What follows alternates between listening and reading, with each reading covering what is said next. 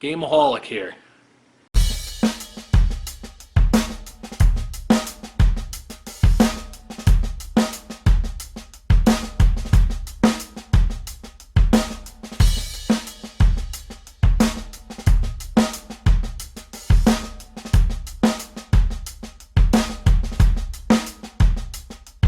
Playing these games and getting a migraine, turning them into dust like Thanos from Endgame. These games are so tough they can't be beat, but it's always entertaining, so have a seat. Screaming and yelling and flipping the bird, he's a game-o-holic, haven't you heard? He's got a controller in his hand, trying to get you to understand that these games cannot be beat. So sit back, relax, and grab a can of beer to drink with a friend while he yells at his screen. These games, they never end. The Game-O-holic is really mean to these bad games. Watch your screen, you'll see what I mean. And as always, this is where I belong.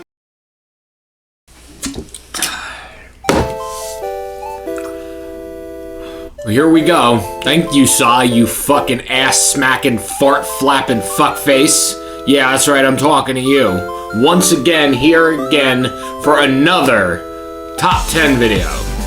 As once again, Sai had issued the challenge to me. Let's take a look.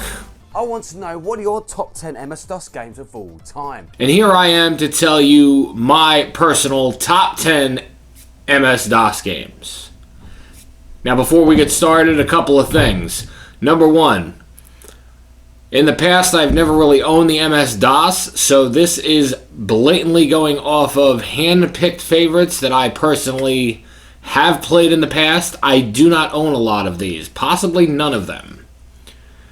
Number two, apparently Sai is still on daylight savings time because his video is not going up until December 6th, so I'm going to buy you a fucking watch for Christmas. But with that being said, once again, this list is not meant to wean anybody off of any particular said games. This is just my personal list, and let's get started. Coming in at number 10, Bomberman. Bomberman was released in 1992. It is a top-down adventure game where you play as Bomberman. You have to kill enemies and make your way to the exit. For all of you that have played Bomberman in the past, you know this was ported to many consoles, such as the NES, arcade, and so on and so forth. Bomberman was followed by not only repeated sequels, Super Bomberman, Bomberman Hero, you name it. For the N64, the list goes on, and we got that piece of shit Bomberman Act Zero on the fucking Xbox 360. Bomberman is a franchise that has stayed dormant lately, but has a fine textured favorite for people. It is on this list because it is one of those games you don't normally hear about nowadays, and honestly, I think Bomberman should be making a comeback. Coming in at number 9, Dragon's Lair. Released in 1993, created by Don Bluth. The game was originally released as an arcade laserdisc. Now, as if you remember, this was one of those point-and-click-as-you-go kind of games. And back in the day, you had to pump quarters into this piece of shit just to basically realize how you could show off to your friends if you got to the end of the game and died. You got to pop more quarters in, basically. Long story short, Dragon's Lair has become a favorite in people's hearts. There was 2 sequels with Space Ace and Time Warp. Dragon's Lair has also been re-released on many consoles, such as the Xbox 360 and the Switch. I strongly believe that this is one of those games that should go down in history as one of the most obscure, weird games of all time. But it should also be a part of history as one of the most creative games of all time due to Don Bluth's involvement in the game. And for the sheer fact that it's basically like playing a damn cartoon. Coming in at number 8, Duke Nukem 3D. Released in 1996 by 3D Realms. You play as Duke Nukem fighting against an alien invasion on Earth. This game is a classic along the lines of Doom and Quake. Duke is known for his crazy catchphrases and his potty mouth. There was also a 20th anniversary edition that was released. And obviously we all remember the Duke Nukem Forever that had stayed dormant in people's hearts and finally got released and ended up being a piece of shit. Now, don't think we're not going to talk about Duke Nukem Forever on this channel. We will eventually, but it might take forever. Coming in at number 7, Hard Drivin'. Released in 1989 by Tengen. It is a racing stunt game based on your speed and accuracy, and a nostalgia classic. This is one of the first games I ever played growing up as a kid. When I was a kid, I was given a Sega Genesis for Christmas, and one of the games that I received was Hard Driving. This is how I got into this game, played the race driving game for the Super Nintendo as well, and more recently finally played on a hard driving cabinet. So to me, it might not be the greatest looking game. There were a lot better looking fucking games back then. But this game has got a nostalgic feel. It is a classic, and it is a personal favorite. Coming in at number 6, Lemmings. Released in 1991. The object of the game is, as said, it is to guide the lemmings to a designated exit. Anyone who has played this game, even over the years because of its popularity, it has received many sequels, many remakes. It's been parodied on channels, and so on and so forth. There was a Lemmings paintball game, there was Lemmings sequels, the list keeps going on and on. If you owned a PC back in the day, you had Lemmings. So this is one of those games that does belong in the Video Game Hall of Fame. And if you have not played it, find a version. There's PC, PSP. I'm sure there's a couple other consoles I'm not thinking of off the top of my head because I'm a dipshit today. But go check it out.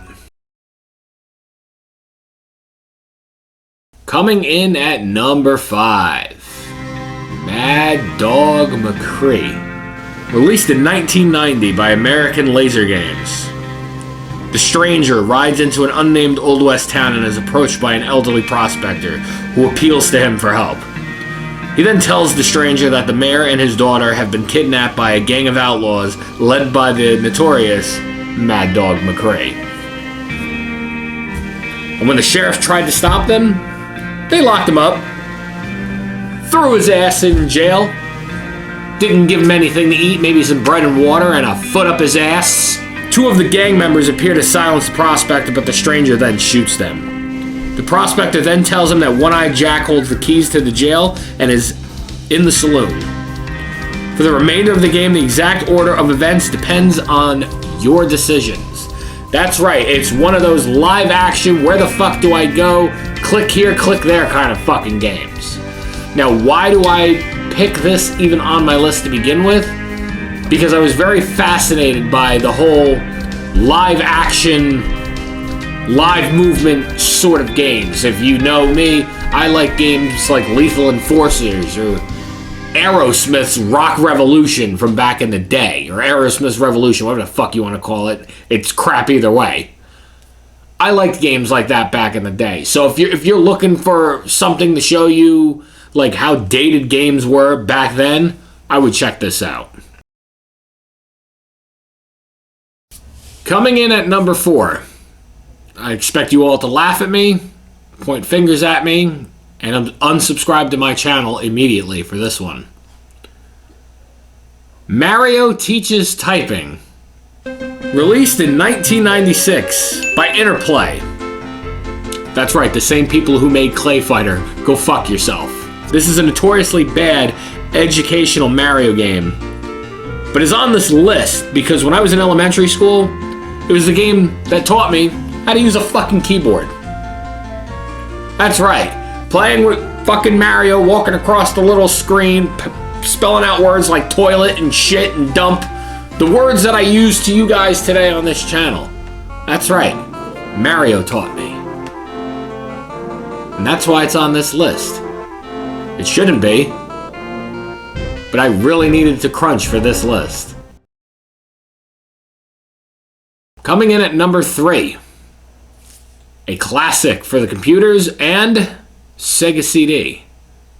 Night Trap. Released in 1992 by Digital Pictures, Night Trap takes the role of a special agent task force to watch over teenage girls who are having a sleepover. Within visiting the house, unbeknownst to them, is danger, of course. The player watches live surveillance footage of the house and triggers traps to capture anyone seen endangering the girls. This was pretty much one of those games I didn't play until I got older. Shit, I didn't even know Dana Plato was in the damn game. But to each his own. Basically, it's another one of those point and click, where the fuck do I go, click around games. I didn't get to play this game until probably within the last year when it came on the Nintendo Switch. Because I'm not paying $300 for it on Sega CD, so CD my D. But it is a part of history. It is one of the games that enacted the rating system that we all know today and that we follow, so it has history. Coming in at number 2. Grand Theft Auto. Released in 1997 by Rockstar. Back in the day, it was an overhead game when the rating system was in place, but it didn't matter because anything fucking goes. You were shooting people, driving over people, doing missions.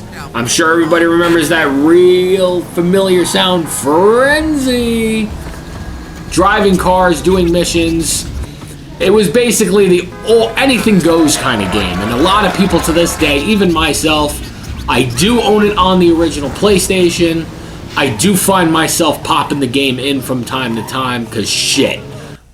Grand Theft Auto, come on.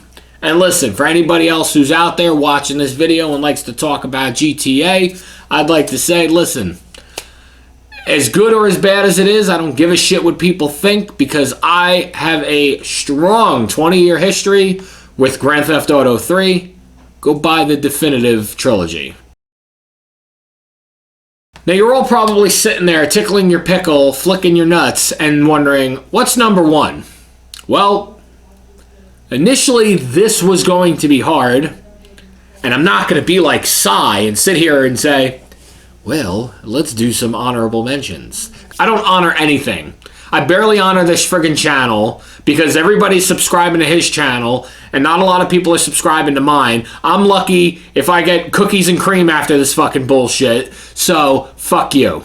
I'm going to do my personal list and you're going to have to deal with it. So, by insulting you and telling you to fuck off, I expect to go down 4 more subscribers. So, subscribe. Coming in at number 1 is by the good old rip-offers themselves, Ubisoft, Rayman.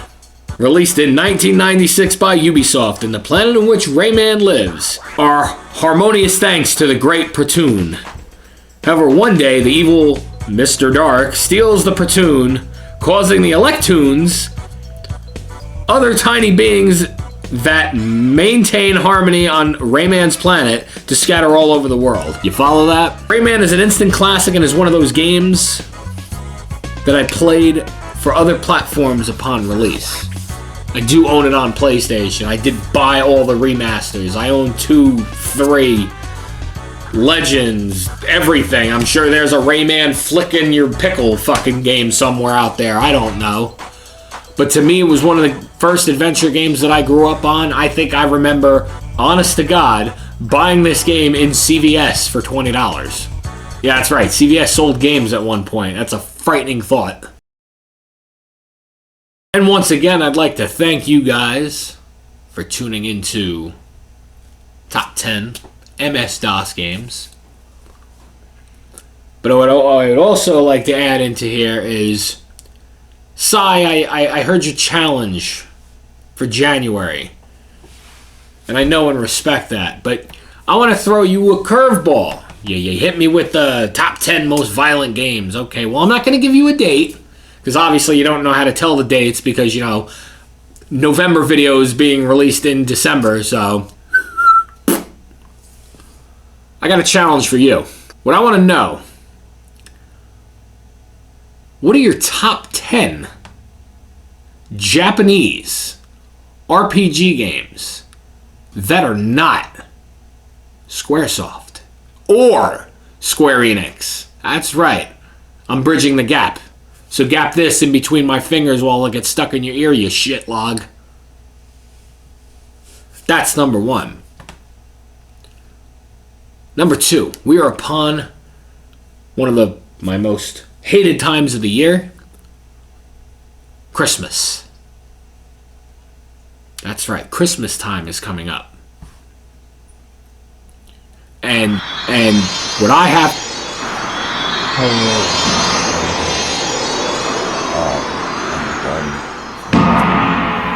What are you doing here? Hello, Game-O-holic. I am your guardian angel. You may be wondering why I'm here. I'm here to show you what life is like without the Game-O-holic. Well, looks like during Christmas time, we're all pretty fucked.